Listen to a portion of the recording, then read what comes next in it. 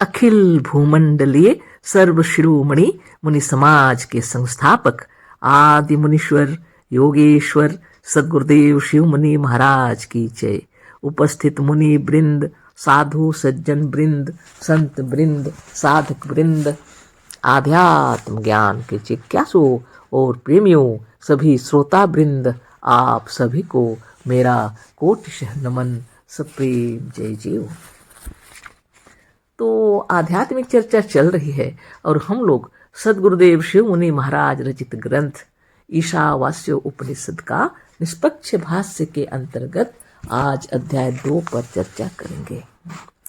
शीर्षक दिए हैं गुरुदेव, कर्म करते हुए जीने की इच्छा करो, है ना।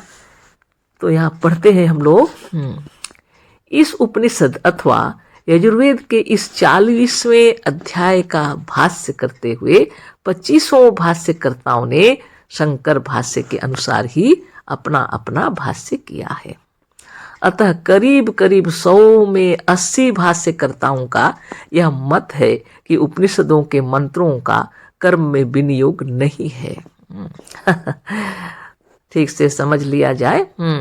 इस उपनिषद अथवा यजुर्वेद के इस 40वें अध्याय का भाष्य करते हुए 25वें भाष्यकर्ताओं ने शंकर भाष्य के अनुसार ही अपना अपना भाष्य किया है।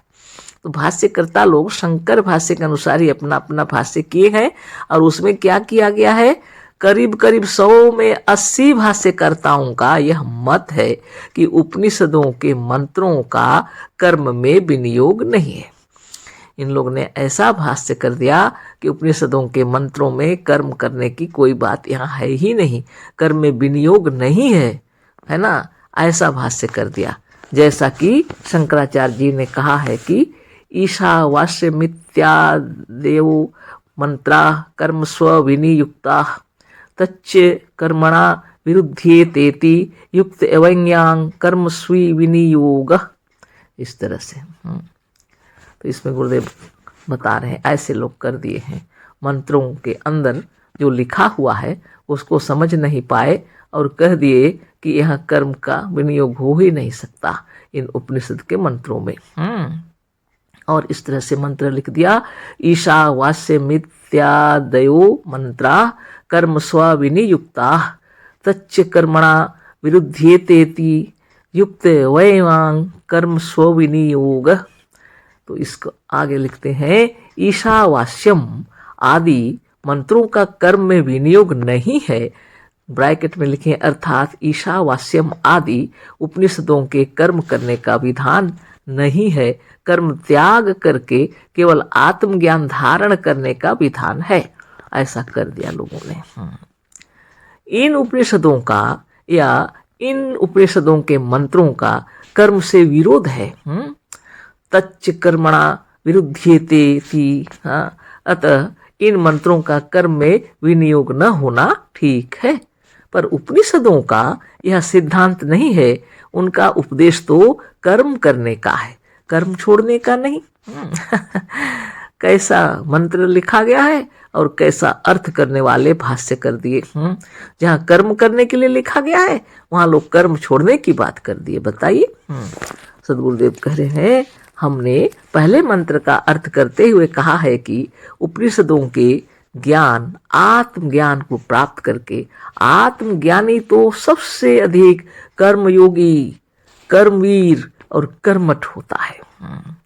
गुरुदेव कह रहे हैं, हमने पहले मंत्र का अर्थ करते हुए कहा है कि उपनिषदों के ज्ञान आत्मज्ञान है को प्राप्त करने पर, है ना, आत्मज्ञानी तो सबसे अधिक कर्मयोगी, कर्मवीर और कर्मठ होता है।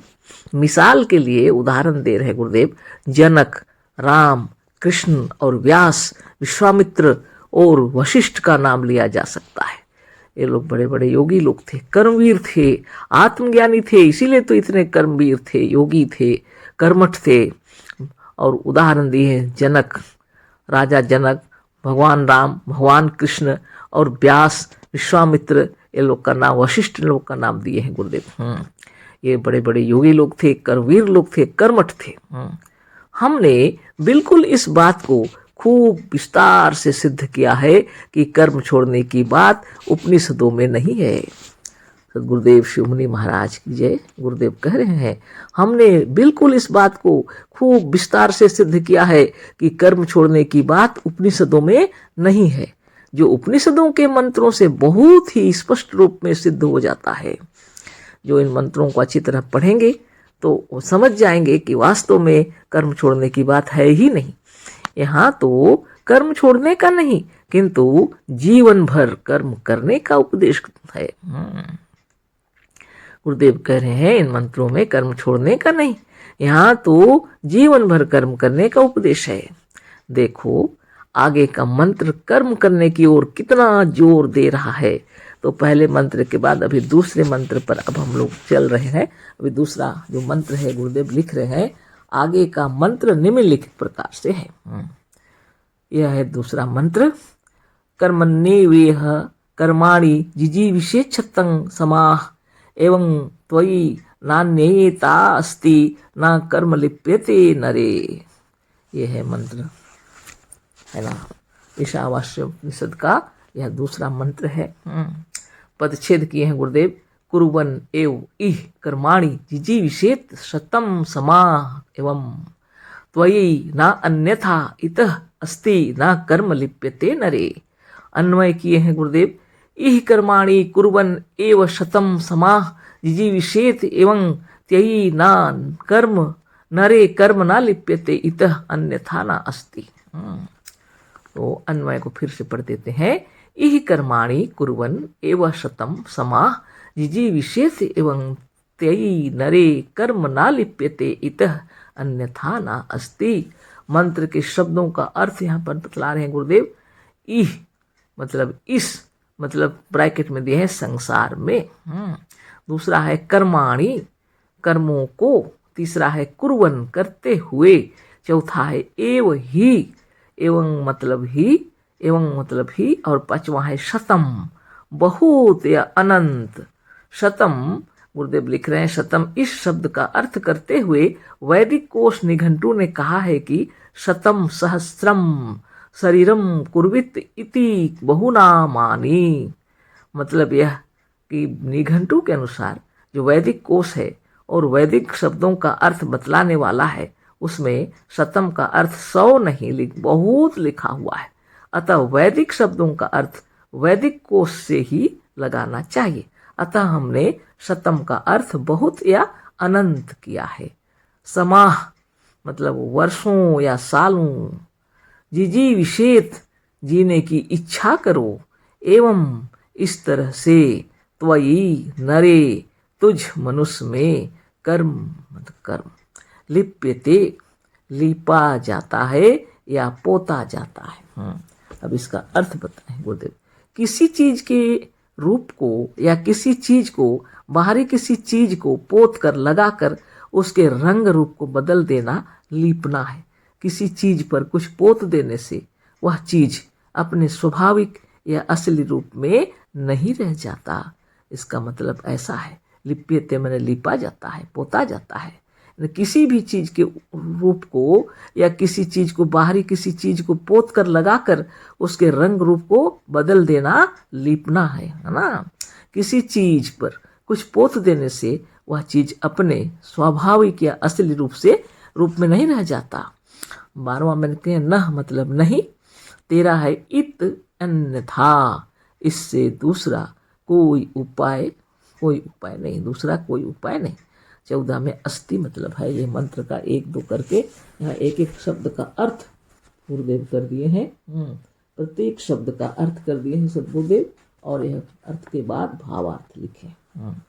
भावना पूर्वक इसके अंदर क्या लिखी गई बातें हैं और उसकी अर्थ क्या है सदगुरुदेव बतला रहे हैं। कितने सुंदर तरीके से यह मंत्र लिखा गया है।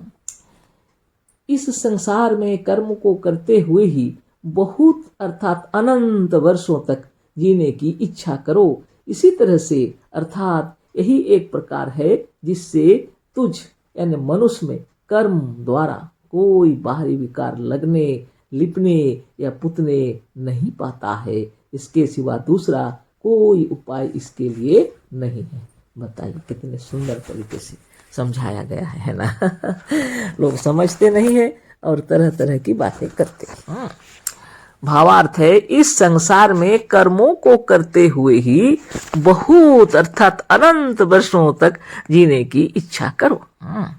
यानी शरीर स्वास्थ्य निरोग रखना है और जीवन जीना है आपको, तो कर्म करते रहना पड़ेगा।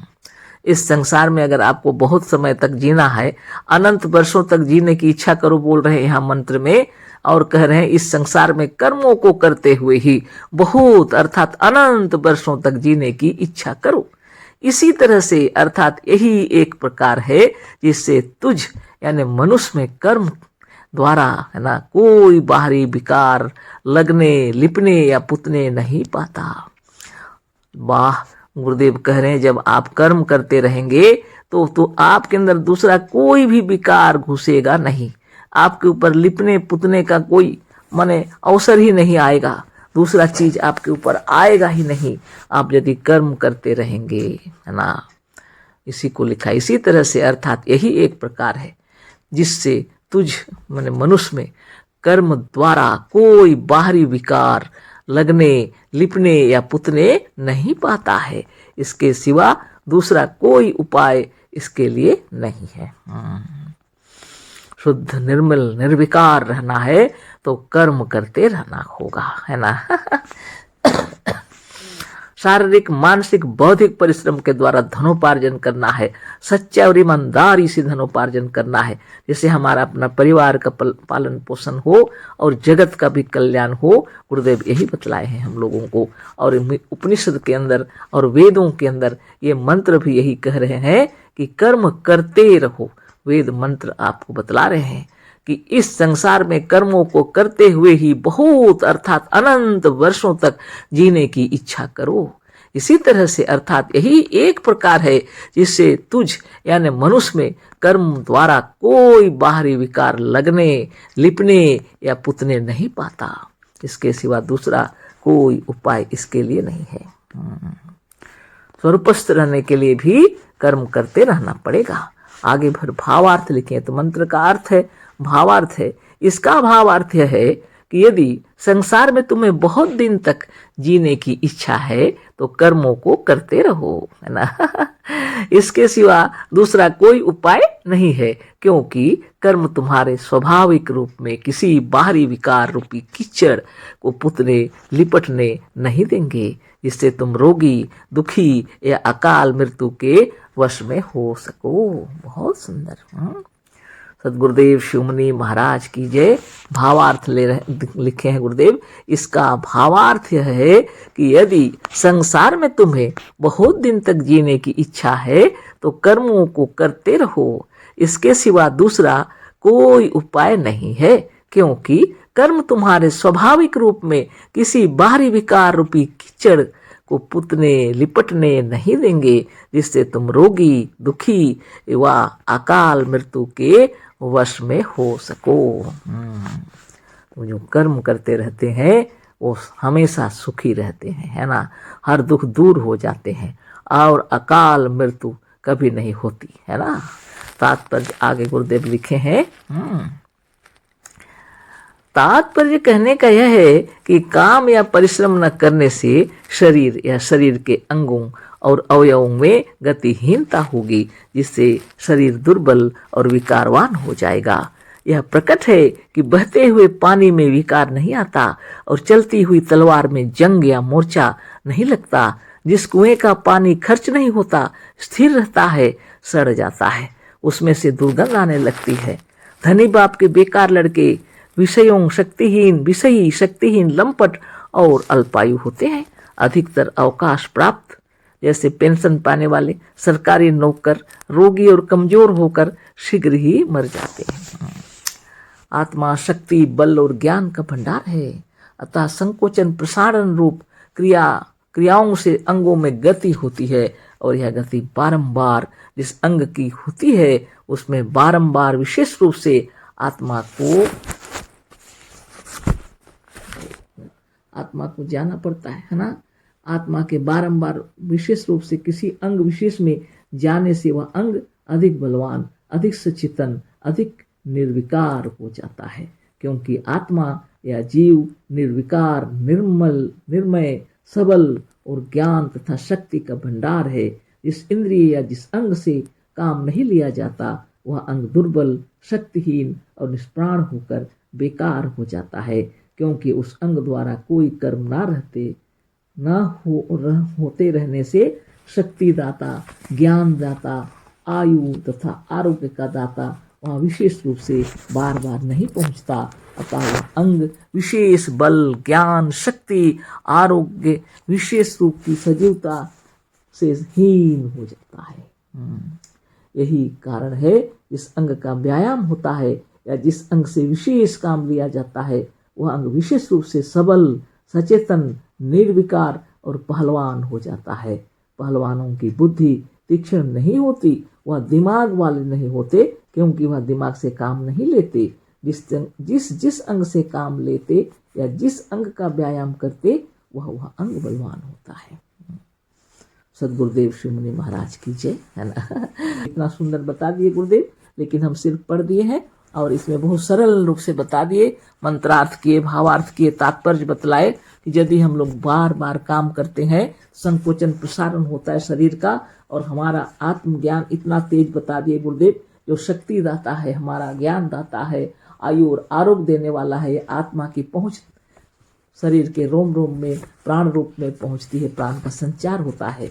इसलिए शरीर सजीव, सचेतन, सबल, निर्विकार बना रहेगा। इसलिए जीवन भर काम करने की बात कही गई है मंत्रों में, है ना। तो काम करते रहना है हम लोगों को, काम छोड़ करके शरीर को विकारवान नहीं बनाना है, निर्विकार रहना है, निरोग रहना है, तो कर्म करते रहना होगा। इसलिए शीर्षक दिए हैं कर्म करते हुए जीने की इच्छा करो, है ना। कर्म करते हुए जीने की इच्छा करो मंत्र में कहा गया है ना। तो इसी मंत्र के आगे हम लोग पढ़ते हैं। गुरुदेव कह रहे हैं पहलवानों की बुद्धि तीक्ष्ण नहीं होती, वह दिमाग वाले नहीं होते, क्योंकि वह दिमाग से काम नहीं लेते। जिस अंग से काम लेते या जिस अंग का व्यायाम करते हैं वह अंग बलवान होता है ना। बहुत बड़ी बात है।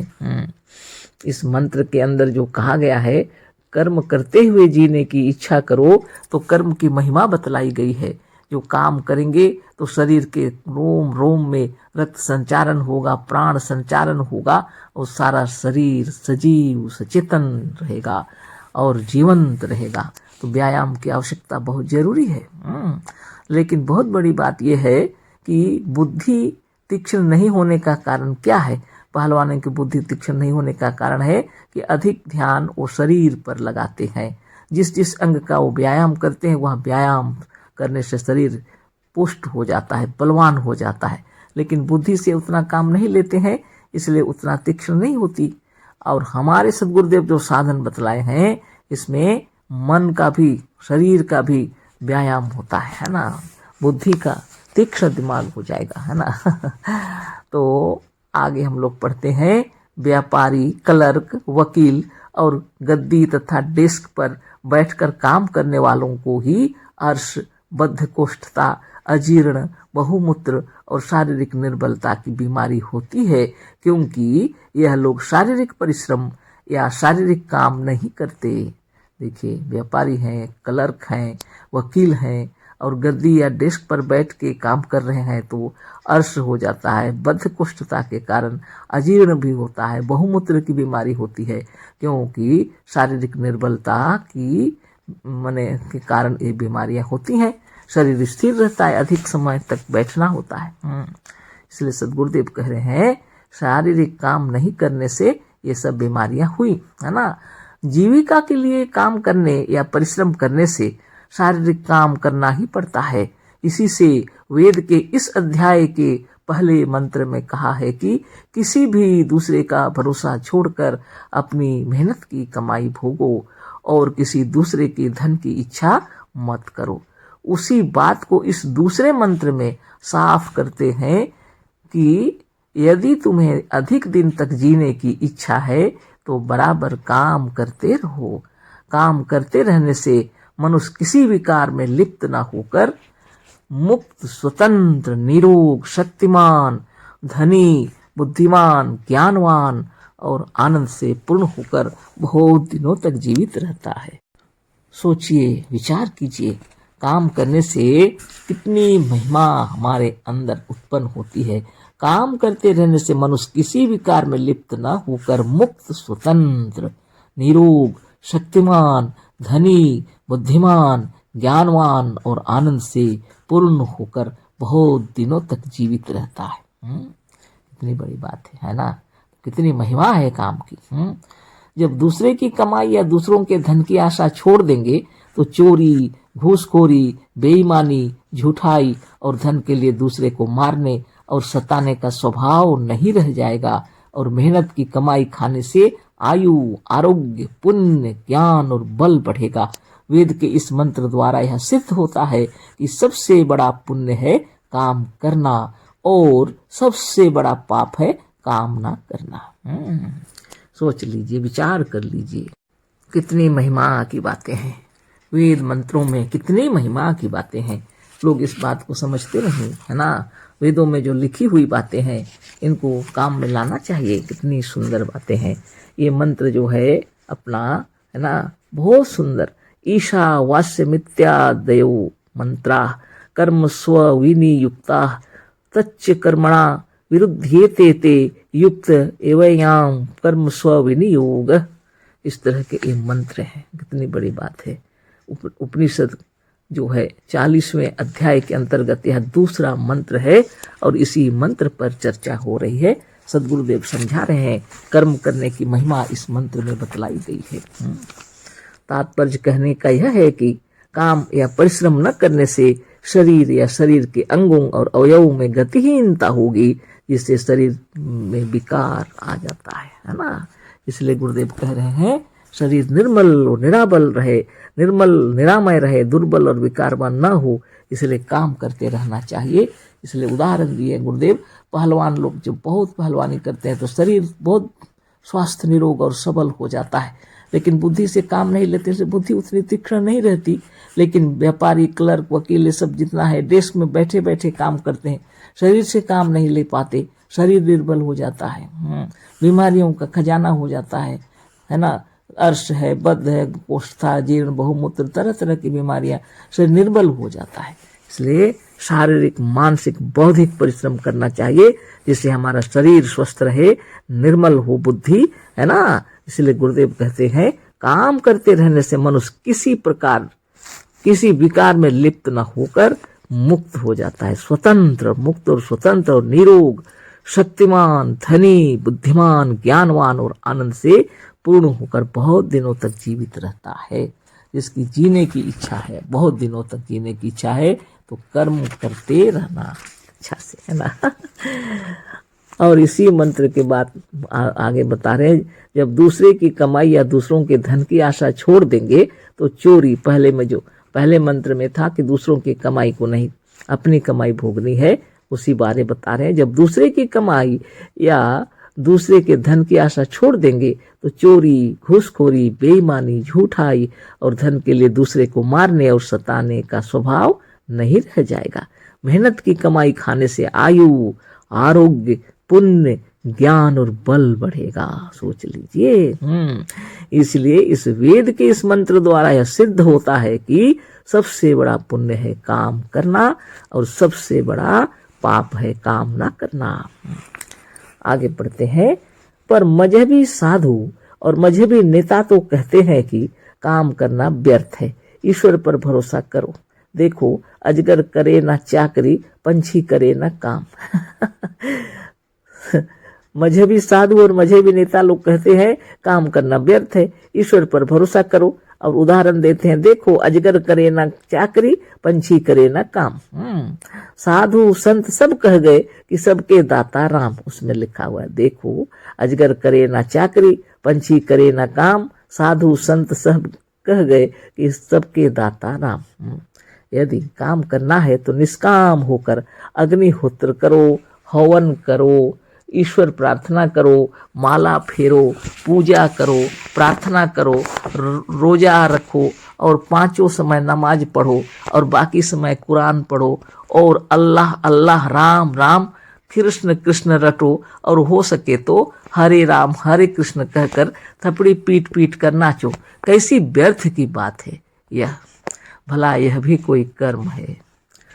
सोच लीजिए, बहुत बड़ी सोच लीजिए। कितनी बड़ी बात है। हाँ, कितना अनर्थ हो गया। लोग समझे नहीं, समझाए नहीं, जैसा समझे वैसा समझाए ना। तो फिर से पढ़ते हैं। पर मजहबी साधु और मजहबी नेता तो कहते हैं कि काम करना व्यर्थ है, ईश्वर पर भरोसा करो। देखो, अजगर करे ना चाकरी, पंछी करे ना काम, साधु संत सब कह गए कि सबके दाता राम। यदि काम करना है तो निष्काम होकर अग्निहोत्र करो, हवन करो, ईश्वर प्रार्थना करो, माला फेरो, पूजा करो, प्रार्थना करो, रोजा रखो और पांचों समय नमाज पढ़ो और बाकी समय कुरान पढ़ो और अल्लाह अल्लाह राम राम कृष्ण कृष्ण रटो और हो सके तो हरे राम हरे कृष्ण कहकर थपड़ी पीट पीट कर नाचो। कैसी व्यर्थ की बात है यह, भला यह भी कोई कर्म है?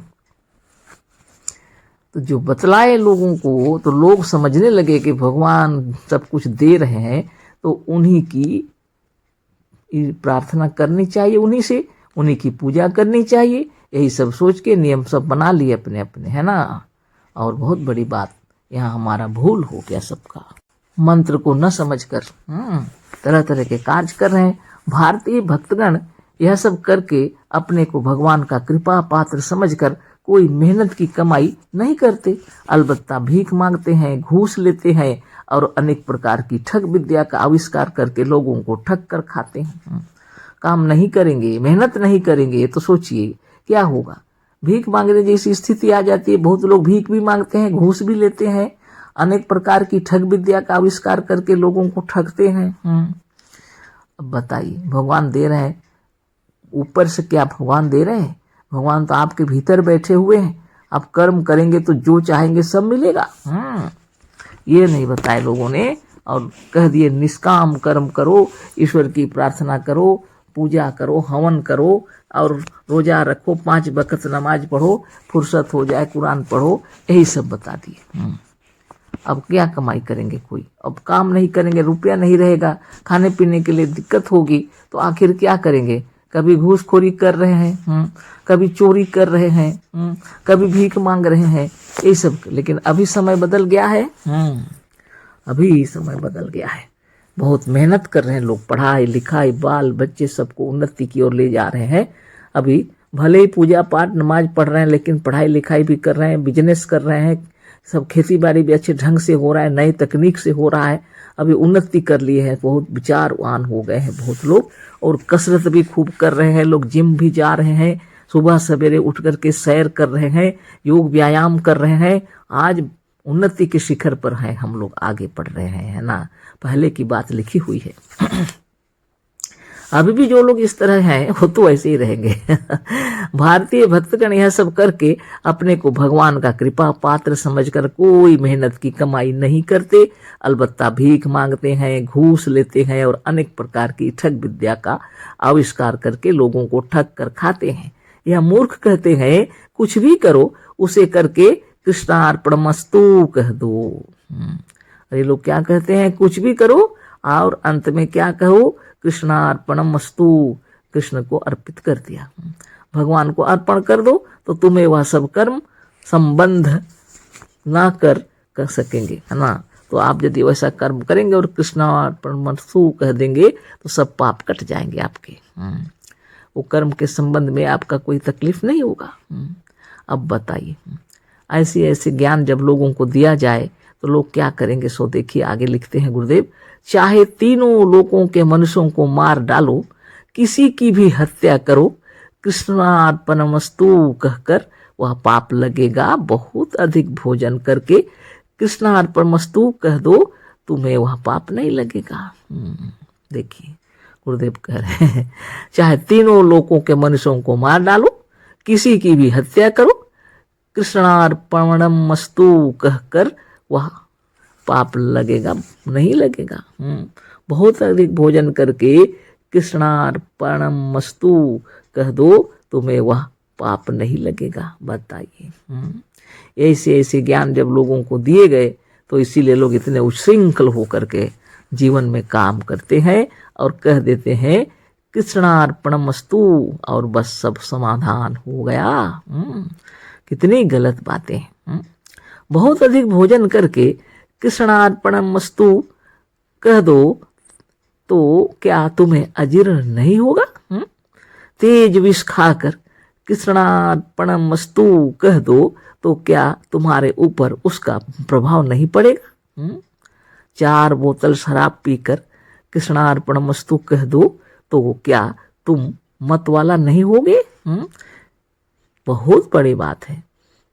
फीलिंग्स और मनोरिया से आक्रांत पुरुषों और स्त्रियों का सहवास करके कृष्णार्पणमस्तु कह देने से क्या उसका प्रभाव नहीं होगा? गिरधर गोपाल का नाम लेकर गिरधर गोपाल का नाम लेकर मीरा विष की पी गई और राम राम कहकर प्रहलाद अग्नि में प्रवेश कर गए, पर ना मीरा मरी ना प्रहलाद जले। यह सब झूठे किस्से हैं। देखिए, अब विचार कर लीजिए।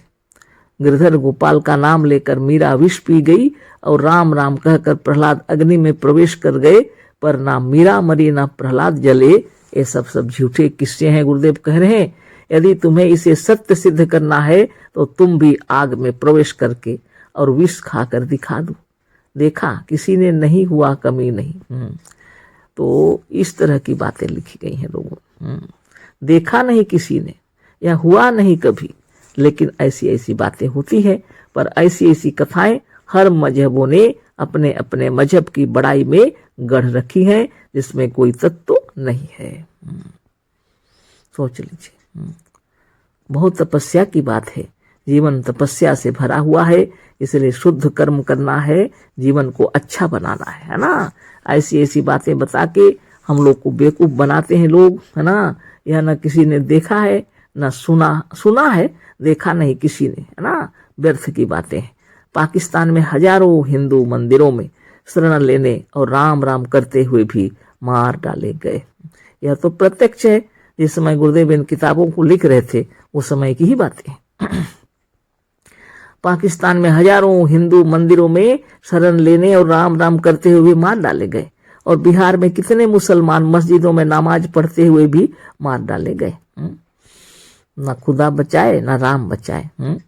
जिस जापान के बादशाह को वहां के लोग ईश्वर का पुत्र मानते हैं, फिर भी उसके रहते हुए भी हिरोशिमा में बम गिरा और लाखों आक्रांत हुए। देख लीजिए, जिस जापान के बादशाह को वहां के लोग ईश्वर का पुत्र मानते हैं, फिर उसी जापान की बात हो रही जहां हिरोशिमा में, है ना, होते हुए भी हिरोशिमा में बम गिरा और लाखों आक्रांत हुए।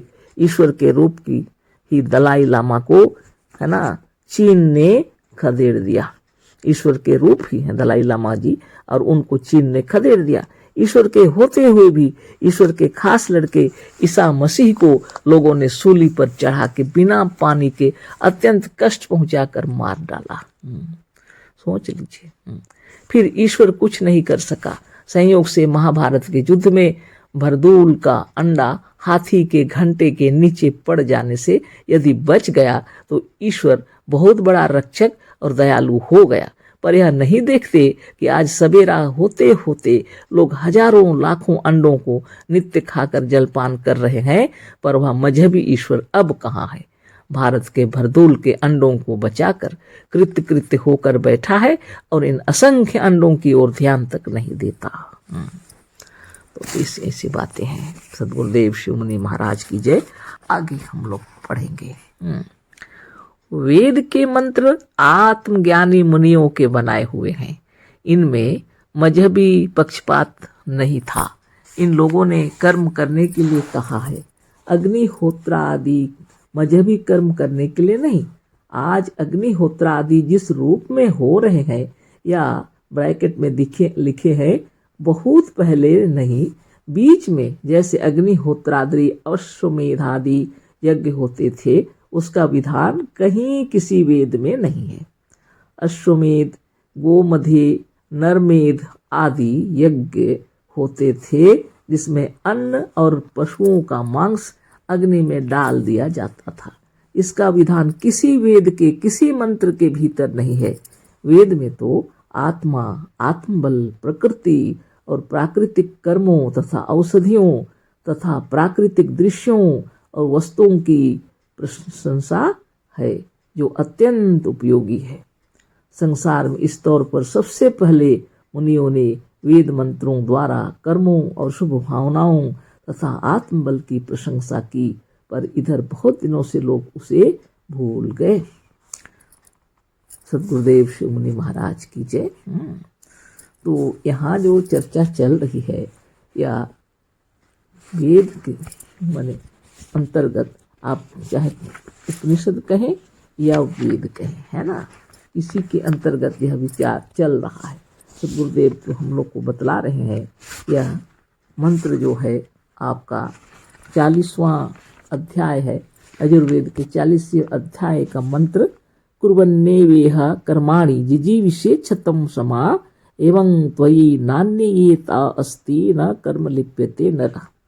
या ईशावास्य उपनिषद का दूसरा मंत्र कहिए या ईशावास्य उपनिषद अथवा यजुर्वेद का 40वां अध्याय गुरुदेव लिखे है ना। और इसी मंत्र पर चर्चा हो रही है। कर्म करते हुए जीने की इच्छा करो, साधारण सा शीर्षक दिए हैं गुरुदेव और बहुत विस्तार से समझाए हैं इस मंत्र को। और भाष्यकार जो लोग हैं वो गलत कर दिए, कर्म ही नहीं करना है आत्मज्ञानियों को बोल के लिखते हैं। यह बहुत गलत बात है। आत्मज्ञानी तो कर्मठ होते हैं, इसीलिए गुरुदेव यहाँ बतला रहे हैं। आगे जो हम लोग पढ़ रहे थे अभी, वेद के मंत्र आत्मज्ञानी मुनियों के बनाए हुए हैं, इनमें मजहबी पक्षपात नहीं था। आत्मज्ञानी मुनि लोग मजहबों और कोई मजहबी पक्षपाती वो नहीं होते हैं। इन लोगों ने कर्म करने के लिए कहा है। जितने मुनियों ने सबसे कर्म करने के लिए कहा है ना, कर्म को सर्वश्रेष्ठ बतलाए। इन लोगों ने कर्म करने के लिए कहा है, अग्निहोत्रादि मजहबी कर्म करने के लिए नहीं। तो लोग अग्निहोत्रादि कर्म ये सब करते, वो सब नहीं करने, इससे कोई जरूरी नहीं। ये तो कर्म करने के लिए कहें। आज अग्निहोत्रादि जिस रूप में हो रहे हैं या बहुत पहले नहीं, बीच में हो रहे हैं ना, अग्निहोत्रादि अश्वमेधादि यज्ञ होते थे, उसका विधान कहीं किसी वेद में नहीं है। तो लोग सोचते हैं सब वेद पढ़ पढ़ के कर रहे हैं, लेकिन विचार कर लीजिए, सद्गुरुदेव कह रहे हैं वेद में कहीं भी किसी वेद में भी ये सब का वर्णन नहीं है। अग्निहोत्रादि अश्वमेधादि और ये यज्ञ गोमधे नरमेध ये सब कहीं भी किसी जगह भी वेद में वर्णन नहीं किया हुआ है। इसी को गुरुदेव बतला रहे हैं कि अन्न और पशुओं को का मांस काट करके और अग्नि में डालने का विधान किसी जगह वेद में किसी मंत्र में कहीं पर भी नहीं है। वेद में तो आत्मा, आत्मबल, प्रकृति और प्राकृतिक कर्मों तथा औषधियों तथा प्राकृतिक दृश्यों और वस्तुओं की प्रशंसा है जो अत्यंत उपयोगी है। संसार में इस तौर पर सबसे पहले मुनियों ने वेद मंत्रों द्वारा कर्मों और शुभ भावनाओं तथा आत्मबल की प्रशंसा की, पर इधर बहुत दिनों से लोग उसे भूल गए। सद्गुरुदेव शिव मुनि महाराज की जय। सद्गुरुदेव इसीलिए आए हैं कि हम लोग जो भूल गए हैं उसको फिर से याद दिलाने के लिए, है ना, अपने आप को ही भूल गए। और ये तरह तरह का यज्ञ और ये सब जो कर रहे हैं ये कहाँ से कर रहे हैं, ये तो वेद में कहीं भी नहीं है। वेद में आत्मबल, मनोबल, ज्ञान बल, योग बल बढ़ाने के लिए बहुत सारी बातें हैं। आत्मा और आत्मबल पर चर्चा हुई है, प्रकृति पर, प्राकृतिक कर्मों पर, औषधियों पर, प्राकृतिक दृश्यों पर, वस्तुओं की प्रशंसा खूब की गई है। लेकिन ये कहाँ से सब ले आए, गुरुदेव इसी को बता रहे हैं। प्रत्येक व्यक्ति अपने आप को भूल चुके हैं, वो स्वयं ब्रह्म है, यह ज्ञान भूल चुके हैं। इसीलिए सद्गुरुदेव बताने आए थे कि जो भी है आप वही हैं, ब्रह्म है, साक्षात ईश्वर है ना। तो उसी के विषय में चर्चा हो रही है। और लोग सोचते होंगे कि क्यों इतना जोर लगा के ईश्वर के विरुद्ध में गुरुदेव लिख रहे हैं। ईश्वर के विरुद्ध में गुरुदेव नहीं लिख रहे हैं, क्योंकि वह असत्य है उसको बतला रहे हैं। मजहबी ईश्वर का कहीं भी अता पता नहीं है, लेकिन यह मनुष्य की कपोलकल्पित धारणा है और लोग उसके पीछे अपने आप को समर्पित करके अपने आप को नष्ट करते जा रहे हैं। आत्मबल, मनोबल, ज्ञान बल क्षीण होता जा रहा। इसीलिए सदगुरुदेव को आना पड़ा और सबको यह ज्ञान फिर से बता रहे हैं कि तुम ही ब्रह्म हो, अपने आप को भूलो मत। इसका ज्ञान देने के लिए आए हैं गुरुदेव। किसी के विरुद्ध में यदि कोई बातें हो रही हैं तो वह मजहबी कपोल कल्पित, जिसका कोई अस्तित्व नहीं है उसके विषय में, और जो अस्तित्व वाले हैं वो तो सभी भगवान है, गुरुदेव कह रहे हैं। लेकिन ये जो इतने स्वाधीन और स्वतंत्र हैं और इनको अगर ज्ञान न हो तो समाज में विकृति आएगी निश्चित रूप से। इसलिए ऋषि मुनि लोग समाज की रक्षा के लिए आत्मज्ञान का चर्चा किए हैं, अष्टांग योग का विधान बताए हैं और प्रकृति और प्राकृतिक नियमों के विषय में बताए हैं, औषधियों के विषय में बताए हैं। वेदों में कहीं भी किसी पशु की हत्या करके और उसका मांस काट करके अग्नि में चढ़ाने की बात कहीं भी नहीं है। अन्न को इस तरह से बर्बाद करने के लिए और घी जलाने के लिए कहीं भी किसी मंत्र में नहीं है, वेदों में। गुरुदेव उसी को बता रहे हैं। यदि लोग कह रहे हैं कि यह वेद को मानते नहीं है मुनि लोग, तो ये गलत बात है। यह तो मुनियों की लिखी हुई मंत्र है, मुनियों के ही लिखे हुए ज्ञान है। वेद के मंत्र आत्मज्ञानी मुनियों के बनाए हुए हैं, है ना। तो आगे पढ़ते हैं। आज तो कर्म की या काम करने की प्रशंसा सभी करते हैं, पर मनुष्य आजकल जिस प्रकार के कर्मों को करके जीवन निर्वाह करता है, उस कर्म से शरीर के प्रत्येक अंग, प्रत्येक अवयव, प्रत्येक कण, प्रत्येक इंद्रिय में गति नहीं होती। प्रत्येक अंग की क्रिया, साधन या कर्म नहीं होता। आज जो कर्म हो रहे हैं सब तरह के, व्यापारी हो, बिजनेसमैन हो, जो भी है, बाहर का काम जो कुछ है, पूरे शरीर का संचालन ठीक ढंग से नहीं होता। कोई ऑफिस में बैठा हुआ है, काम कर रहा, कोई अपने अपने तरीके के सारे काम चल रहे हैं। इसीलिए सदगुरुदेव कह रहे हैं आज तो कर्म की या काम करने की प्रशंसा सभी करते हैं, पर मनुष्य आजकल जिस प्रकार के कर्मों को करके जीवन निर्वाह करता है, उस कर्म से शरीर के प्रत्येक अंग, प्रत्येक अवयव, प्रत्येक कण और प्रत्येक इंद्रिय में गति नहीं होती। प्रत्येक अंग की क्रिया, साधन या कर्म नहीं होता। अतः मनुष्यों के लिए मुनियों ने योग साधन रूप या चक्र भेदन रूप योग क्रिया का आविष्कार किया था, जो अमृत के समान है। युगों पहले चक्र भेदन का साधन ऋषि मुनि लोग बतलाए थे। सदगुरुदेव आकर के फिर से उसका आविष्कार किए, है ना।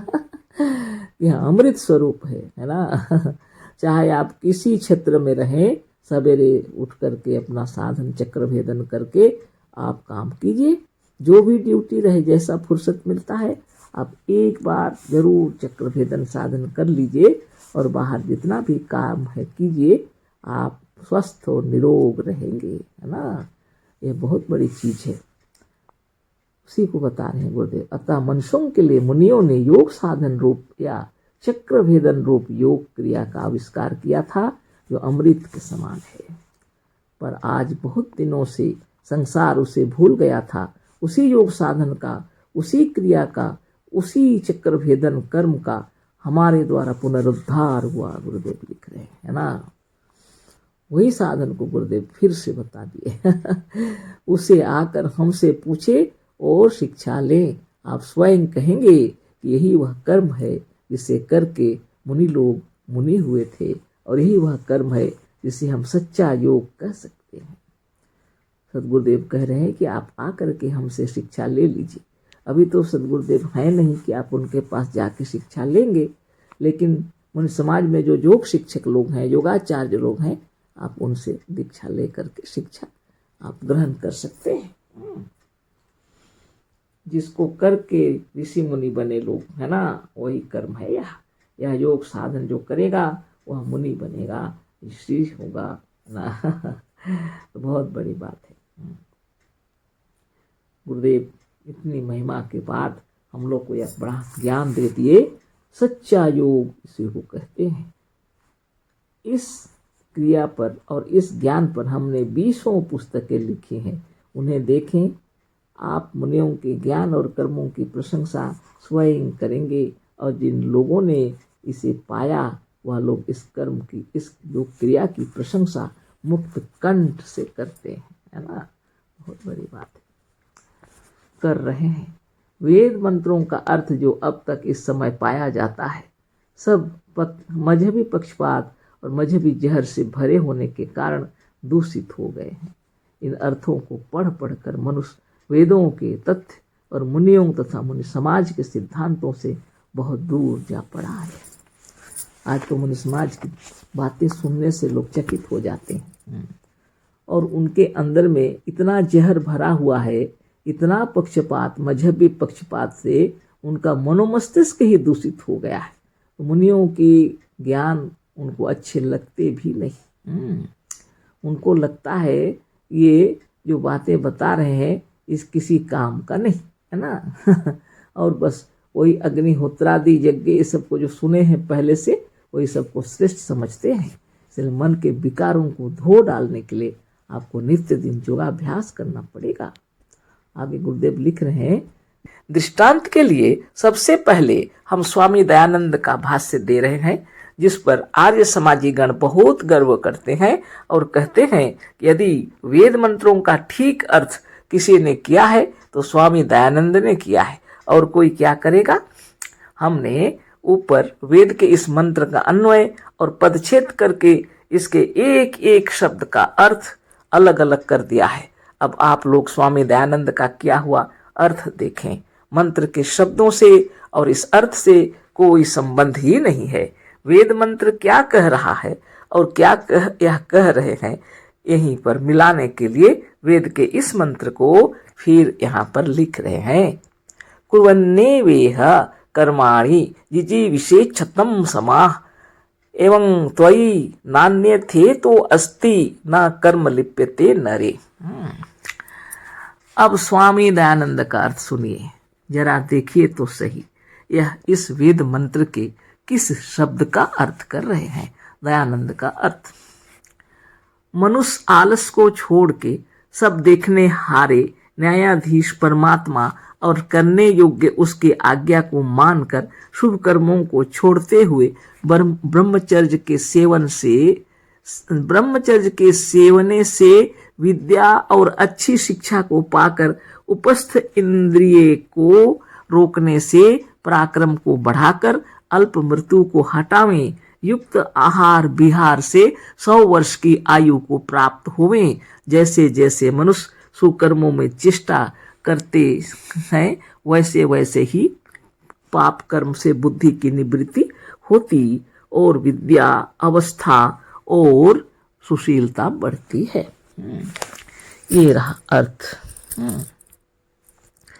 तो बहुत बड़ी बात हो गई। आगे गुरुदेव लिख रहे हैं, यह है स्वामी दयानंद का अर्थ जो उन्होंने वेद के इस मंत्र का किया है। स्वामी दयानंद का अर्थ क्या है, ऊपर वेद के एक मंत्र को लिख दिया है और नीचे जो चाहा है कहते चले गए हैं। इसमें तो शुभ कर्मों को भी छोड़ने के लिए कहा है स्वामी दयानंद ने। गुरुदेव लिख रहे हैं, जमाना आ रहा है, अब लोग संस्कृत पढ़ रहे हैं। आने वाले जमाने में ऐसा अर्थ करने वालों को कितनी घृणा की दृष्टि से देखेगा। इसे हमारे शिष्य, हमारे पाठक और हमारे अर्थ पढ़ने वाले देखेंगे।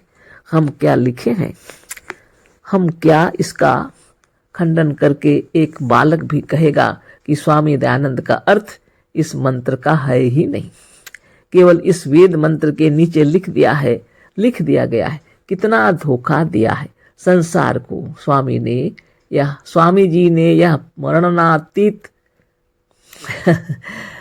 कितना धोखा दिया है स्वामी जी ने, यह वर्णनातीत है। गुरुदेव लिख रहे हैं, आप जो चाहते कहते थे, कह सकते थे, पर आपको इस वेद मंत्र का अर्थ कहकर नहीं लिखना चाहिए था। सबसे बड़ा पाप तो यह है कि उन्होंने जानबूझकर सबको धोखा दिया है। इस वेद मंत्र के अर्थ के नाम से वह सब बातें लिख डाली हैं जो इस वेद मंत्र के अर्थ से कोई संबंध नहीं है। सदगुरुदेव शिव मुनि महाराज की जय। अर्थ क्या कर दिए। हाँ, मनुष्य आलस को छोड़ के सब देखने हारे न्यायाधीश परमात्मा और करने योग्य उसके आज्ञा को मानकर शुभ कर्मों को छोड़ते हुए ब्रह्मचर्य के सेवन से विद्या और अच्छी शिक्षा को पाकर उपस्थ इंद्रिय को रोकने से पराक्रम को बढ़ाकर अल्प मृत्यु को हटावें, युक्त आहार विहार से 100 वर्ष की आयु को प्राप्त होवें। जैसे जैसे मनुष्य कर्मों में चेष्टा करते हैं वैसे वैसे ही पाप कर्म से बुद्धि की निवृत्ति होती है और विद्या अवस्था और सुशीलता बढ़ती है। बताइए सदगुरुदेव क्या बतला रहे थे और ये लोग क्या अर्थ किए हैं। और वेद में जो लिखा हुआ है उसके अनुसार कुछ नहीं लिखा, अपना मनमौजी डाल दिए, है ना। तो गुरुदेव की वाणी और आप विचार कर लीजिए। यह है स्वामी दयानंद का अर्थ जो उन्होंने वेद के इस मंत्र का किया है। स्वामी दयानंद का अर्थ क्या है, ऊपर वेद के एक मंत्र को लिख दिया और नीचे जो चाहा है कहते चले गए। इसमें तो शुभ कर्मों को भी छोड़ने के लिए कहा है स्वामी दयानंद ने। ऐसा होना चाहिए क्या, आप ही सोचिए, शुभ कर्मों को क्यों छोड़े। इसलिए गुरुदेव लिखते हैं जमाना आ रहा है अब लोग संस्कृत पढ़ रहे हैं, आने वाला जमाना ऐसा अर्थ करने वालों को कितनी घृणा की दृष्टि से देखेगा। इसे हमारे शिष्य, हमारे पाठक और हमारे अर्थ पढ़ने वाले देखेंगे। हम क्या लिखें, हम क्या इसका खंडन करें। एक बालक भी कहेगा कि स्वामी दयानंद का अर्थ इस मंत्र का है ही नहीं। केवल इस मंत्र, वेद मंत्र के नीचे लिख भर दिया गया है।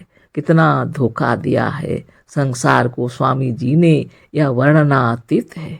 आप जो चाहे कहते हैं, आप जो चाहते कहते थे, पर कह सकते थे, पर आपको इस वेद मंत्र का अर्थ कहकर नहीं लिखना चाहिए था।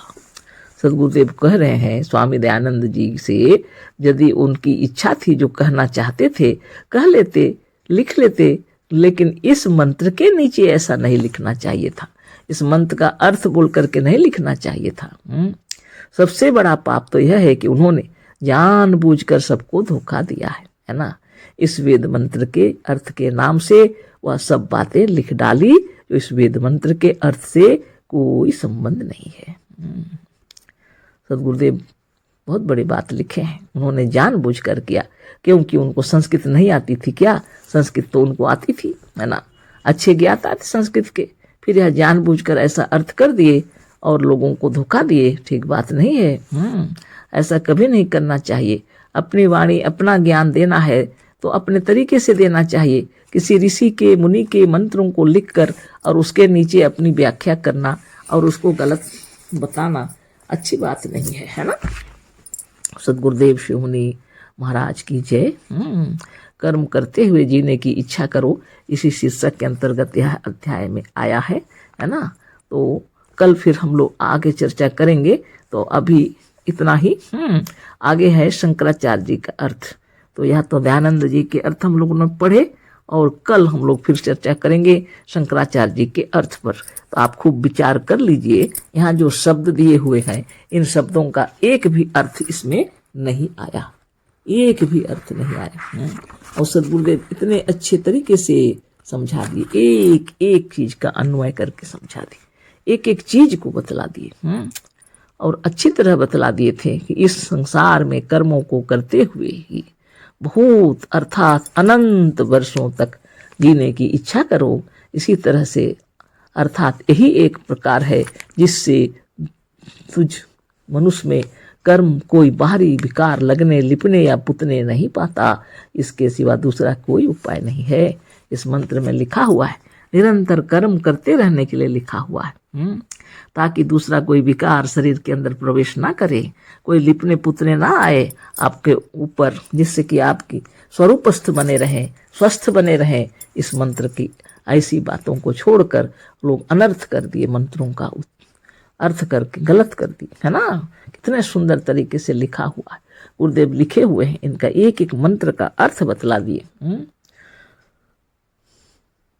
इह माने इस संसार में, कर्म पहला में इह का इस संसार में लिखे गुरुदेव, दूसरा में कर्माणी कर्मों को, तीसरा में कुर्वन करते हुए, चौथा में एवं ही।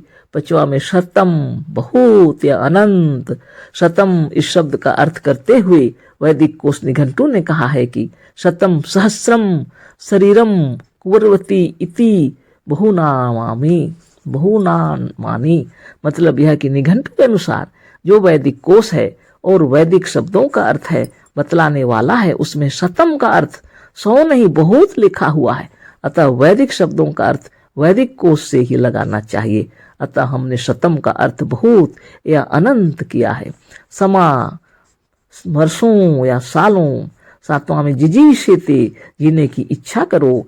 8वां में एवं इस तरह से त्वयि नरे तुझ मनुष्य में कर्म। 10 में कर्म लिप्यते। 11 में लिप्यते लीपा जाता है या पोता जाता है। किसी चीज के रूप को व किसी चीज को बाहरी किसी चीज को पोत कर लगाकर उसके रूप को बदल देना लीपना है। किसी चीज पर कुछ पोत देने से वह चीज अपने स्वाभाविक या असली रूप में नहीं रह जाता। न मतलब नहीं इतः अन्यथा इससे दूसरा कोई उपाय अस्ति है। उपाय बताइए। हाँ, सुंदर गुरुदेव बतला दिए, एक एक शब्द का अर्थ बतला दिए और उसका मंत्र का अर्थ भी बतला दिए। इस संसार में कर्मों को करते हुए ही बहुत अर्थात अनंत वर्षों तक जीने की इच्छा करो। कर्मों को करते हुए संसार में बताइए, गुरुदेव लिख रहे हैं, और बहुत वर्षों तक अनंत वर्षों तक जीने की इच्छा करो।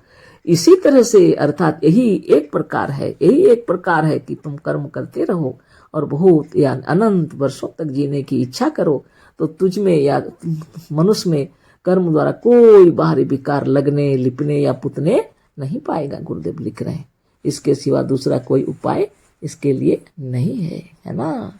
तो बताइए, तो नित्य दिन योगाभ्यास करते हुए और चक्र भेदन साधन करते हुए संसार क्षेत्र में जो भी कार्य है आप उसको करते रहिए, है ना।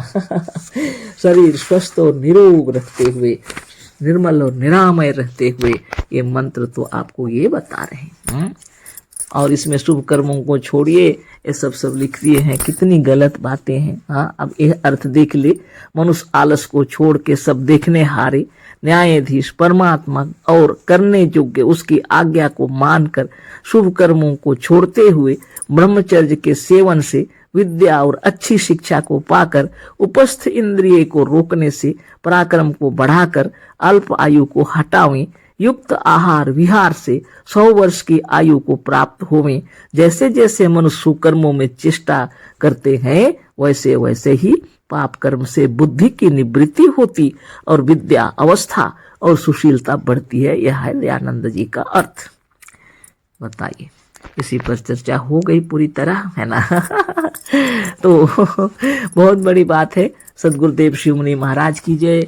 और आप लोग अच्छी तरह पढ़िए और जानिए और सुनिए और विचार कीजिए और स्वयं ध्यान और तपस्या करते हुए अनंत काल तक जीने की इच्छा करेंगे। शरीर भी स्वस्थ और निरोग रहेगा। और इधर उधर के अर्थ देख करके मनोबल को क्षीण नहीं करना चाहिए।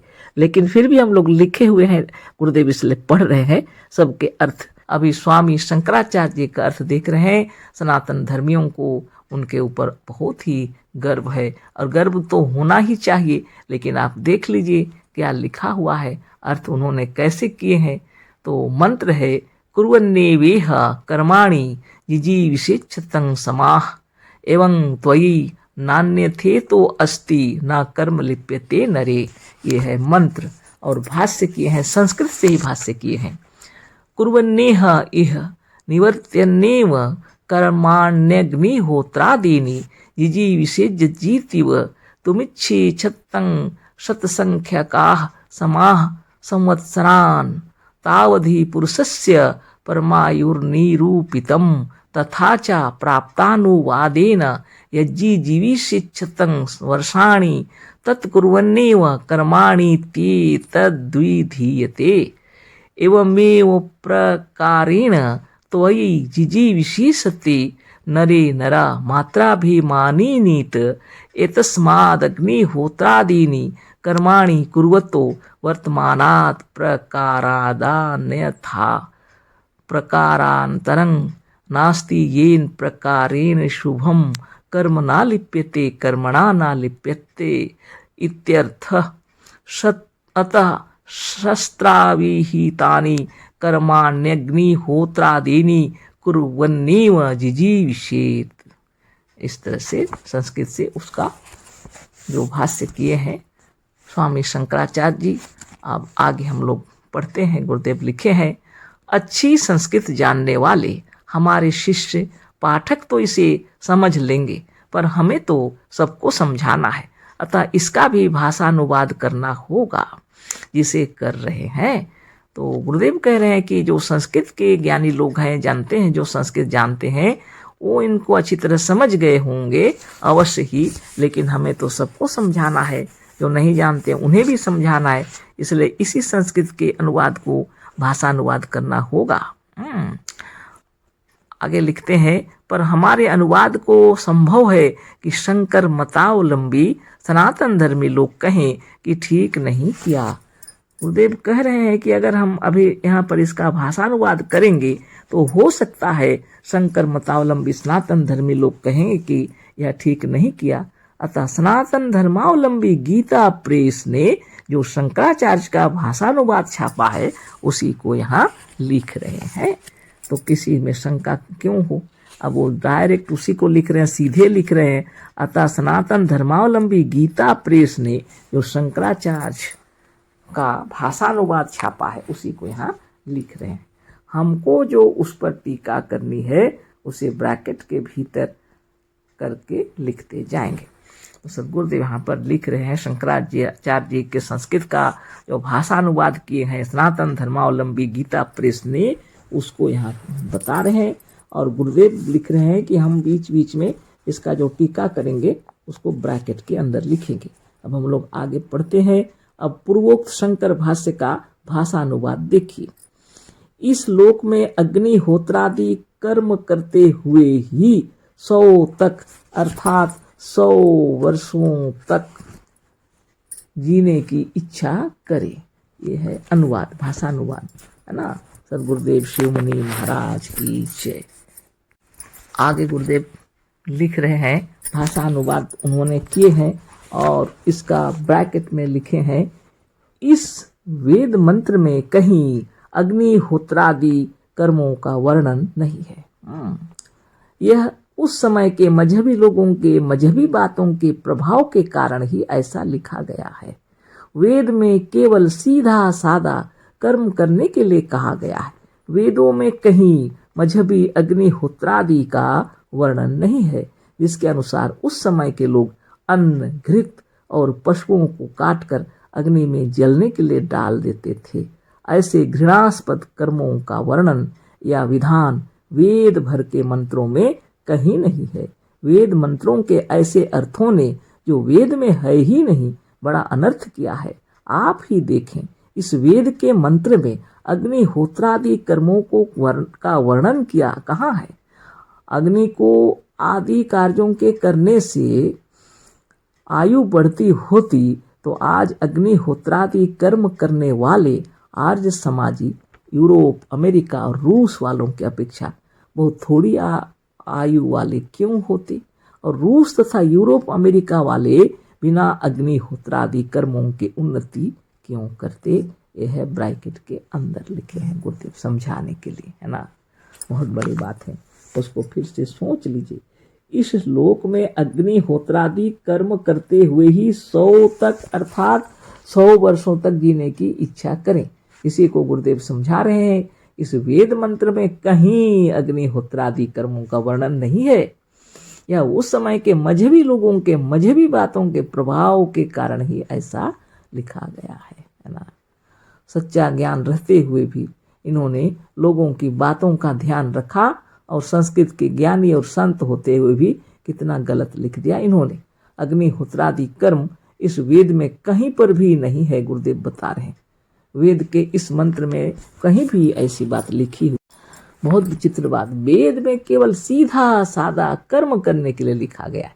वेदों में कहीं मजहबी अग्निहोत्रादि का वर्णन नहीं है, जिसके अनुसार उस समय के लोग अन्न, घृत, पशुओं को काटकर अग्नि में जलने के लिए डाल देते थे। आजकल भी ऐसे ही हो रहे हैं, है ना। आप सोचिए, ऐसे घृणास्पद कर्मों का वर्णन या विधान वेद भर के मंत्रों में कहीं नहीं है। और लोग कहते हैं कि वेदों के अनुसार यह यज्ञ हो हवन हो रहा। आप ही सोच लीजिए, ऐसे घृणास्पद कार्य लिखा हुआ है। अन्न को डालना आग में, घृत को आग में डालना, पशुओं को काट कर अग्नि में जलने के लिए डाल देना, ऐसा घृणास्पद कर्म का वर्णन और विधान वेद भर के मंत्रों में कहीं नहीं है। वेद मंत्रों के ऐसे अर्थों ने जो वेद में है ही नहीं, बड़ा अनर्थ किया। और लोग सोचे वेदों में ये लिखा हुआ है और चल रहा है, अभी भी चल रहा है। आप विचार कर लीजिए, वेद मंत्रों के ऐसे अर्थों ने जो वेद में है ही नहीं, बड़ा अनर्थ किया है। आप ही देखें, इस वेद के मंत्र में अग्निहोत्रादि कर्मों का वर्णन कहाँ है। अग्नि को आदि कार्यों के करने से आयु बढ़ती होती तो आज अग्निहोत्रादि कर्म करने वाले आर्य समाजी यूरोप, अमेरिका और रूस वालों की अपेक्षा बहुत थोड़ी आयु वाले क्यों होते। और रूस तथा यूरोप, अमेरिका वाले बिना अग्निहोत्रादि कर्मों के उन्नति क्यों करते। खूब विचार कर लीजिए। ये ब्रैकेट के अंदर गुरुदेव समझा दिए और आगे फिर उसका अब और भाषानुवाद किया गया, उसको पढ़ते हैं। आगे वाला, पुरुष की बड़ी से बड़ी आयु इतनी ही बतलाई गई है, यानी 100 वर्ष, है ना। अतः उस प्राप्त हुई आयु का अनुवाद करते हुए यह विधान किया है कि यदि 100 वर्ष जीने की इच्छा करे तो कर्म करते हुए ही जीना चाहे। और कर्म कौन सा करेगा? अग्निहोत्रादि कर्म। अब गुरुदेव आगे समझा रहे हैं, ब्रैकेट में लिखे हैं, यह अर्थ भी ठीक नहीं है। अर्थ में जो सत शब्द है उसका अर्थ जब वैदिक कोश निघंटु में बहुत लिखा हुआ है तो उसके विरुद्ध सत का लोक भाषा के अनुसार 100 ही अर्थ करना अशुद्ध है। लोक भाषा में सत का मतलब 100 समझते हैं, लेकिन निघंटु में वैदिक कोश के अनुसार लिखा हुआ है जो शब्द है ना, सत शब्द का उना बहुत, उसका अर्थ अबहुत लिखा हुआ है। गुरुदेव वही बतला रहे हैं, या यूं कहें कि ठीक नहीं मालूम होता। फिर से पढ़ देते हैं, यह अर्थ भी ठीक नहीं है। मंत्र में जो सत शब्द है उसका अर्थ जब वैदिक कोश निघंटु में बहुत लिखा हुआ है तो उसके विरुद्ध सत का लोक भाषा के अनुसार 100 ही अर्थ करना अशुद्ध है। यह यूं भी ठीक नहीं मालूम होता।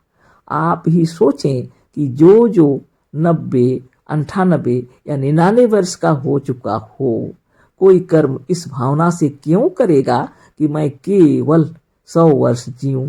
इसका मतलब तो यह होगा कि वह अपने से कर्मों का करता हुआ यह चाहे कि वह 2-1 वर्ष में मर जाए। अतः यही इस मंत्र के सत शब्द का अर्थ बहुत ही ठीक है।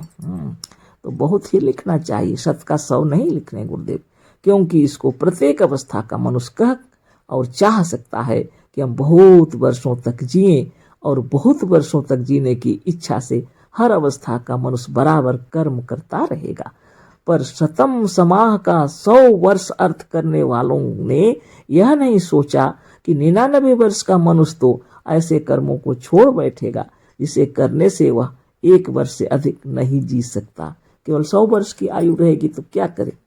ऐसा नहीं होना चाहिए, गुरुदेव लिख रहे हैं।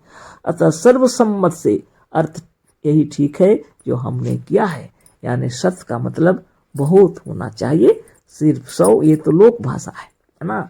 वैदिक कोश के अनुसार, निघंटु के अनुसार सत का मतलब 100 नहीं, बहुत लिखा हुआ है, बहुत यानी अनंत है। तो ये बहुत बड़ी बात हो गई। अब आप सोचिए और आप विचार कीजिए, अनंत वर्षों तक जीने की इच्छा करो, कर्म करते हुए लिखे हैं। तो अपनी अपनी इच्छा है ना। ये तो हम अपनी तरीके से हम बोल रहे हैं है ना। परिवारजन सभी लोग अगर जीवित रहे तो इच्छा तो जरूर होगी। यह इसको माया बोलते हैं हम लोग, लेकिन इस माया से परे यदि कोई है और जीने की इच्छा करना चाहे तो वो साधन, ध्यान, तपस्या, योग के साथ शरीर को स्वस्थ निरोग रखते हुए जब जितने दिनों तक जीना चाहे जी सकते हैं।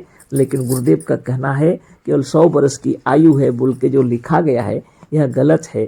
यदि किसी की आयु 90 वर्ष है कि 98 वर्ष है कि 99 वर्ष है और इसको पढ़ेगा अगर, और वो सोचेगा कि अरे बाप रे, अग्निहोत्रादि कर्म करने से 100 वर्ष तक जी सकता है व्यक्ति, तो सोच में पड़ जाएगा। 99 वर्ष वाला सोचेगा मैं क्यों करूं, केवल 1 वर्ष जीने के लिए, 1 वर्ष में मर जाऊंगा, है ना। ऐसी बातें हैं। तो सदगुरुदेव कह रहे हैं सतम समाह का अर्थ है बहुत वर्षों तक जीने की इच्छा। तो इच्छा तो अपनी अपनी है ना। सदगुरुदेव शिवमुनि महाराज की जय, जिन्होंने आत्मा को ईश्वर बतलाया, और यही सबसे बड़ी शक्ति है। आपकी इच्छा शक्ति प्रबल हो, आपकी इच्छा हो, जब तक चाहे जी सकते हैं, जब चाहे शरीर छोड़ सकते हैं, इसमें कोई संदेह नहीं। बहुत दिनों तक जीने की जिनकी इच्छा हो तो योग साधन करते हुए और संसार के सारे कार्य को नियमित करना पड़ेगा ना। शारीरिक मानसिक बौद्धिक परिश्रम के द्वारा धनोपार्जन भी करना होगा, ताकि अच्छे भोजन हम लोग की आवश्यकता के अनुसार मिले और अच्छे ढंग से परिवार में रह सकें, घर में परिवार में शांति हो, तभी तो जीने की इच्छा होगी ना। अब ये तो आपके ऊपर रख दिए, आगे पढ़ते हैं। इस तरह इस प्रकार जीने की इच्छा करने वाले तुझ मनुष्यत्व मात्र का अभिमान करने वाले के लिए इस अर्थात अग्निहोत्रादि कर्म करते हुए ही ब्रैकेट में है आयु बिताने के वर्तमान प्रकार से भिन्न और कोई ऐसा प्रकार नहीं है। गुरुदेव उसको ब्रैकेट में लिखे हैं, यह तो बहुत ही असत्य और अशुद्ध अर्थ है। क्या अग्निहोत्र करने वाले ही 100 वर्ष तक जीवित रह सकते हैं? देखा तो यह जा रहा है कि अग्निहोत्र करने वाले 100 वर्षों तक पहुंचते ही नहीं। विचार कर लीजिए। शंकराचार्य लिखे हैं, इस तरह इस प्रकार जीने की इच्छा करने वाले तुझ मनुष्य या मनुष्यत्व मात्र का अभिमान करने वाले के लिए इस अर्थात अग्निहोत्रादि कर्म करते हुए ही वर्तमान प्रकार से भिन्न और कोई ऐसा प्रकार नहीं है आयु बिताने के लिए। गुरुदेव लिखे है ना। मतलब अग्निहोत्रादि करते हुए ही जीवित रहा जा सकता है। गुरुदेव कह रहे हैं यह तो बहुत ही असत्य और अशुद्ध अर्थ है। क्या अग्निहोत्र करने वाले ही 100 वर्ष तक जीवित रह सकते हैं? देखा तो यह जा रहा है कि अग्निहोत्र करने वाले 100 वर्षों तक पहुंचते ही नहीं, जिससे अशुभ कर्म का लेप ना हो, अर्थात जिससे यह पुरुष कर्म से लिप्त ना हो। तो इसका जो अर्थ भी है इस तरह से, जिससे अशुभ कर्म का लेप ना हो, अर्थात जिससे यह पुरुष कर्म से लिप्त ना हो, अर्थात अग्निहोत्रादि शास्त्र विहित कर्मों को करते हुए ही जीने की इच्छा करे। तो अग्निहोत्रादि जो कर्म है उसको शास्त्र विहित बताए हैं शंकराचार्य जी, और गुरुदेव कह रहे हैं शास्त्रों में कहीं लिखा ही नहीं। ऐसे ही जीने की इच्छा करें। क्या शास्त्रों में कहे हुए केवल अग्निहोत्रादि कर्मों के करने से जीविका भी चल सकेगी? गुरुदेव कह रहे हैं जीने के लिए आवश्यक उत्तम और पौष्टिक भोजन खरीदने के लिए द्रव्य भी प्राप्त कर सकेंगे। अतः ऐसा अर्थ करना मजहबी पक्षपात का एक प्रलाप मात्र है। ठीक से समझ लीजिए, है ना। सदगुरुदेव शिवमुनि महाराज की जय। क्या अग्निहोत्रादि करने से शास्त्र विहित कर्मों को लिखा है, जो इसको करने से क्या होगा? गुरुदेव कह रहे हैं क्या जीविका भी चल सकेगी? जीने के लिए आवश्यक उत्तम और पौष्टिक भोजन खरीदने के लिए द्रव्य भी प्राप्त कर सकेंगे। अतः ऐसा अर्थ करना मजहबी पक्षपात का एक प्रलाप मात्र है। वेद के मंत्रों से मालूम होता है कि कुकर्म छोड़कर हर प्रकार के कर्मों को यह मनुष्य जीने की इच्छा से कर सकता है। इसमें योग साधन आदि सब कर्म सम्मिलित हैं, क्योंकि योग की क्रिया या कर्म करने से आयु बढ़ सकती है और योग कोई कुकर्म भी नहीं है। इस मंत्र में केवल कर्म है। कुकर्म या अग्निहोत्रादि मजहबी व्यर्थ के कर्म नहीं है। कुकर्म या व्यर्थ के कर्मों का वर्णन नहीं है। योग को तो इसमें सम्मिल इसलिए लेते हैं कि इससे आयु बढ़ती है और वह कुकर्म भी नहीं है। सदगुरुदेव शिवमुनि महाराज की जय। अग्निहोत्रादि कर्म को कुकर्म ही कहा गया। सदगुरुदेव की तरफ से, है ना।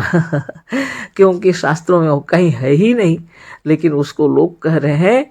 और यह कुकर्म, कर्म केवल कर्म की बातें हैं, कुकर्म का सवाल ही नहीं, कर कर्म की बातें लिखी हुई हैं। इस मंत्र में केवल कर्म है, कुकर्म या अग्निहोत्रादि मजहबी व्यर्थ के कर्म नहीं है। सदगुरुदेव शिवमुनि महाराज की जय। वेदों में जो लिखा है उसको सही से सदगुरुदेव सामने रख रहे हैं और टीका कर रहे हैं स्वामी शंकराचार्य जी के भाष्य पर, है ना, बीच बीच में बता दिए। आगे पढ़ते हैं। इस मंत्र का अर्थ करने वालों में से 100 में से 90 लोगों ने यह कहा है कि उपनिषदों के मंत्रों में आत्मज्ञान है या ईश्वरीय ज्ञान है, कर्म कांड नहीं, कर्म करने की बात नहीं है। तो सदगुरुदेव कह रहे हैं इसमें जो भाष्य के मंत्रों का कम से कम 90 लोगों ने तो यह कहा ही है कि उपनिषदों के मंत्रों में आत्मज्ञान है या ईश्वरीय ज्ञान है, कर्म कांड नहीं, कर्म करने की बात नहीं है। कुछ ज्ञानी लोग ऐसे बता दिए। कहते हैं यह ज्ञान कांड है, कर्म कांड अलग है ना। ज्ञान हो जाने पर कर्म छूट जाता है। कुछ लोग ऐसा बता रहे हैं कि यह ज्ञान कांड है, कर्म कांड नहीं है, कर्म कांड अलग से लिखा हुआ है, और यदि ज्ञान हो जाता है तो कर्म छूट जाता है। गुरुदेव कह रहे हैं यह बिल्कुल मूर्खता की बात है। ज्ञान होने पर ही कर्म होता है। जिसे मोटर चलाने का ज्ञान नहीं है वह मोटर नहीं चला सकता। मोटर चलाने का ज्ञान होने पर ही मोटर चलाना रूप कर्म हो सकता है। इंजीनियरिंग का ज्ञान होने पर ही एक इंजीनियर अपना कर्म अच्छी तरह से कर सकता है और करता है। जिस व्यापार की ज्ञान नहीं उस व्यापार का काम नहीं हो सकता। कृषि विज्ञान का ज्ञान होने पर ही खेती का काम हो सकेगा। संस्कृत, फारसी, अंग्रेजी कोई भी भाषा हो, उस भाषा का ज्ञान होने पर ही उस भाषा के पठन पाठन का कर्म हो सकता है। मुक्ति और स्वतंत्रता को प्राप्त करने का कर्म योगाभ्यास, योग साधन का ज्ञान होने पर हो सकता है। धन, रूप तथा स्वास्थ्य लाभ की प्राप्ति का कर्म अज्ञानी नहीं ज्ञानी ही कर सकता है। कितनी तर्क सम्मत बातें हैं। ज्ञान होगा और कर्म छूट जाएगा, यह गलत बात है। गुरुदेव उसका उदाहरण कितना दे दिए, है ना।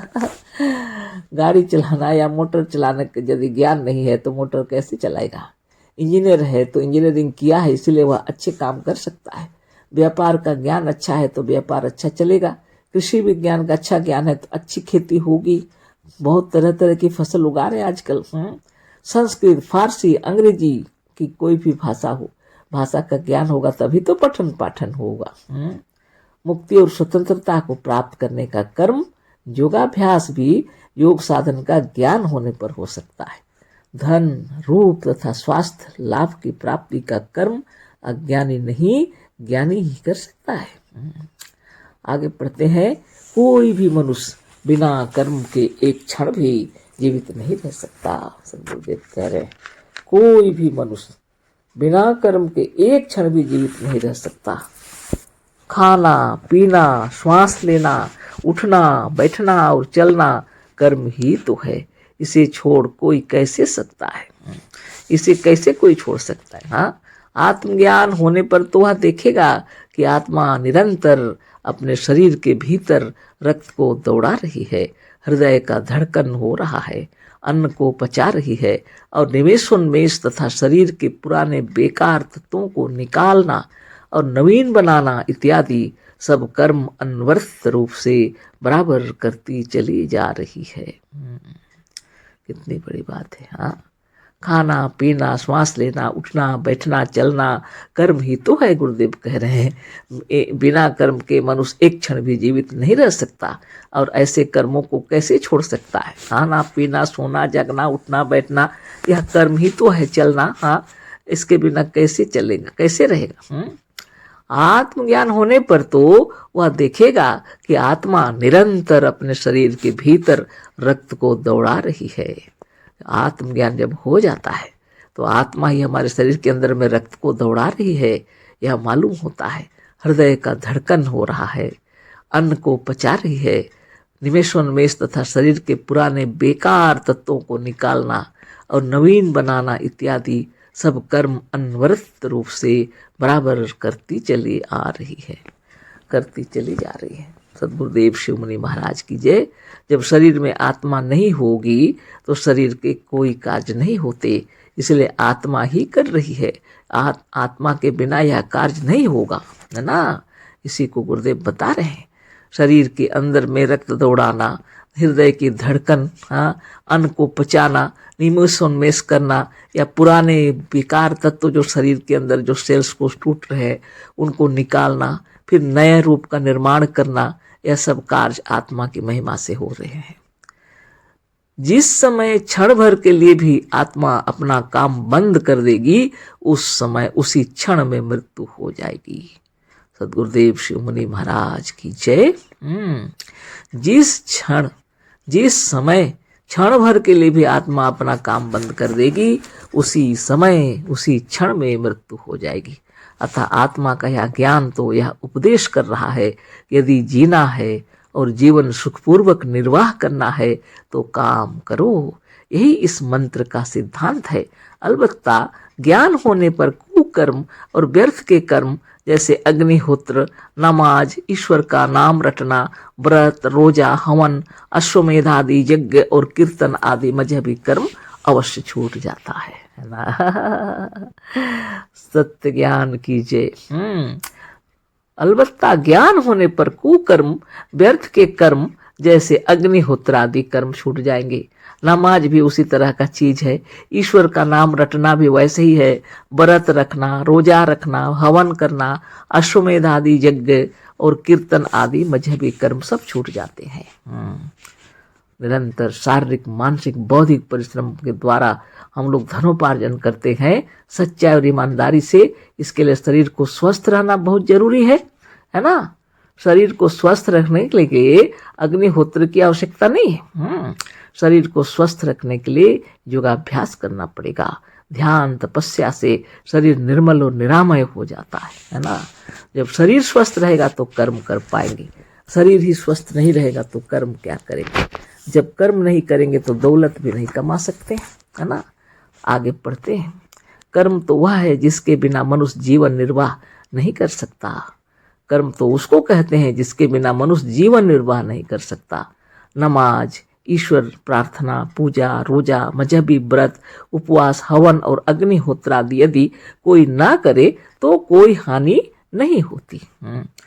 सब लोग थोड़ी नमाज पढ़ रहे हैं। जो मुसलमान लोग वो लोग नमाज पढ़ते हैं, ईश्वर की सब लोग पूजा पाठ करते हैं, ऐसी बात भी नहीं है।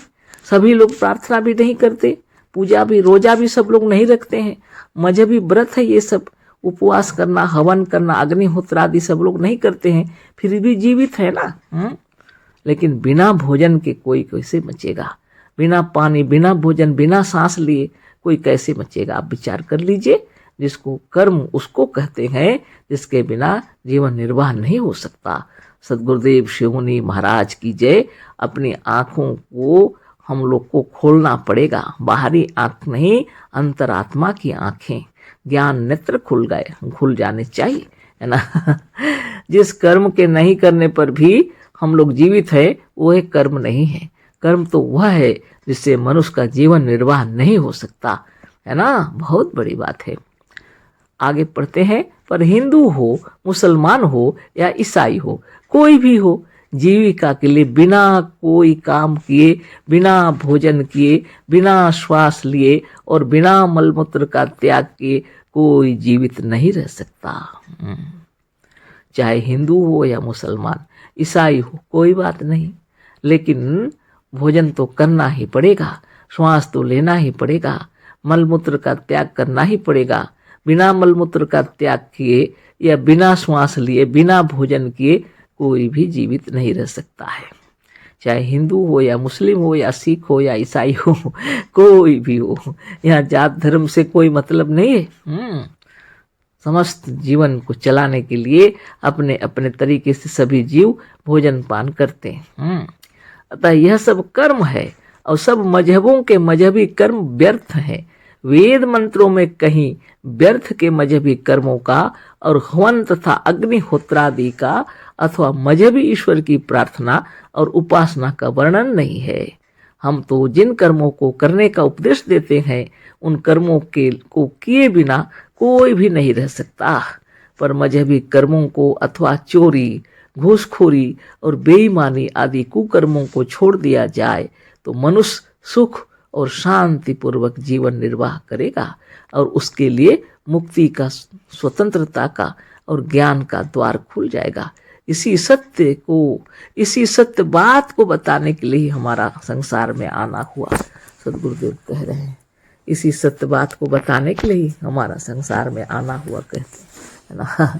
तो और थोड़ा सा है, इसको पढ़ देते हैं, पूरा कर दे के पढ़ के अब इसको समझना क्या, पूरा तो समझ चुके हैं हम लोग।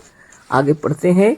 वेदों की इतनी प्रशंसा करते हुए भी हम आप लोगों से यह स्पष्ट कह देना चाहते हैं कि वेद ईश्वर के रचे हुए, बनाए हुए, लिखे हुए या कहे हुए कदापि नहीं है। वेद ही नहीं, कोई भी पुस्तक ईश्वर की बनाई हुई नहीं है, सब मनुष्यों की बनाई हुई है।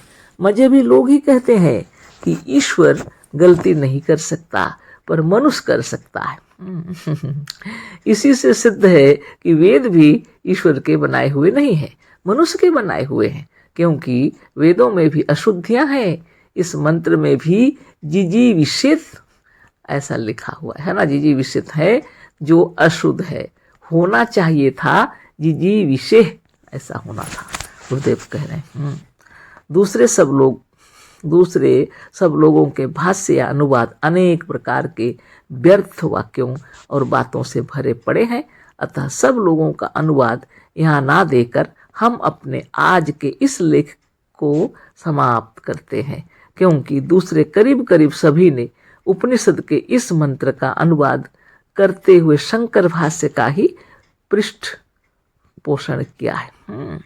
दूसरे सब करीब करीब उपनिषदों के मंत्रों का अर्थ करते हुए शंकराचार्य के अनुसार ही चले हैं, स्वतंत्र रूप से दूसरा कुछ विचार नहीं किया है। द्वैतवादियों ने अलबत्ता शंकराचार्य के विरुद्ध अर्थ किया है, पर उन लोगों का अर्थात द्वैतवादियों का अर्थ तो महाभ्रष्ट है।